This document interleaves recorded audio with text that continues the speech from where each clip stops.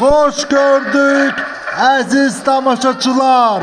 Biz sizi salamlayırıq Zaqatala İdman Kompleksinden. Bugün burada Zaqatala İdman Kompleksinde bağlanış oyunu size təqdim olunur.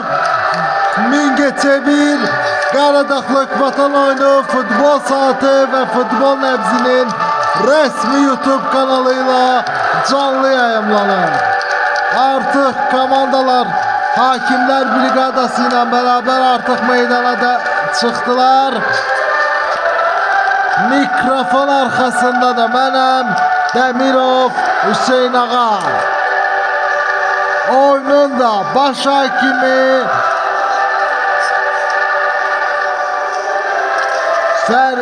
Ferid Acıyev yok.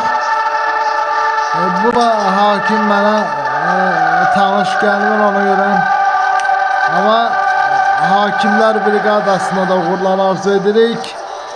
Artık meydan sahipleri öz iki ev oyununu Zaqatalada keçirəcək. Çünkü artık Mingəçevir komandasının yeni sponsoru belə qərara gəlib ki, artık komanda Mingəçevir şəhər stadionunu yenidən təmir elətdirsinlər. Ona görə yəni Mingəçevir komandası iki oyunu Zaqatalada keçirdəcək. Qaradağlıq Vatan oyuncuları xatirə şəkli çəkdirir